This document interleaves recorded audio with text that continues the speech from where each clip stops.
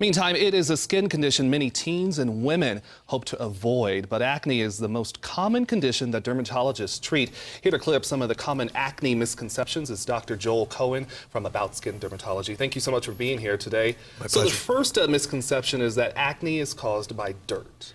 Acne, unfortunately, is caused by a very complex interplay of several things, and dirt is not one of them. So it's really abnormal little cells at the top of a hair follicle get stuck there, and then bacteria start to grow in that follicle, and then a gland tries to secrete oil, and that all leads to a large acne lesion. Wow, so it's really complicated. And you also say popping pimples makes it better. That's another misconception. Or myth. Popping pimples, unfortunately, can lead to discoloration and can lead to scarring. So we really need to advise folks out there not to manipulate, pick, squeeze, or pop any acne lesions. Yeah, I mean, it's a condition that really makes people feel insecure. What are some treatment options for people with acne? Well, you're right. There is a lot of anxiety, depression, and even studies documenting low self-esteem in people who suffer from significant acne. So the important thing is to seek treatment, see a dermatologist. But many of the topical products that are available over the counter can be helpful. People can use salicylic acid cleansers. People can use benzoyl peroxide creams. People should avoid really greasy moisturizers and look for things on their moisturizer that says non-comedogenic. That means it really won't produce oil and clog the pores. And then people need to be aware that prescription products actually work better.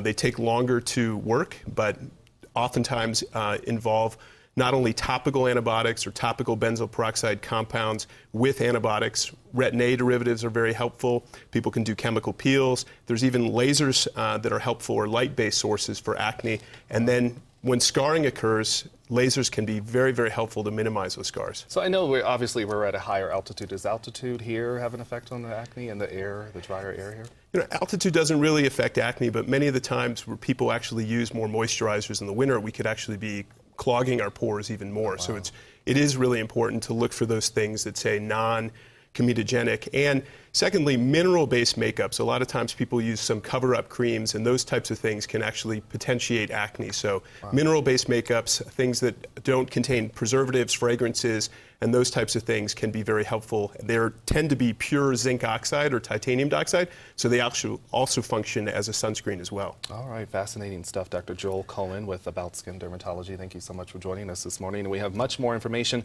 on acne and how you can find some treatment. Just head to thedenverchannel.com and click on that big red TV button. Thanks again, Doctor. My pleasure.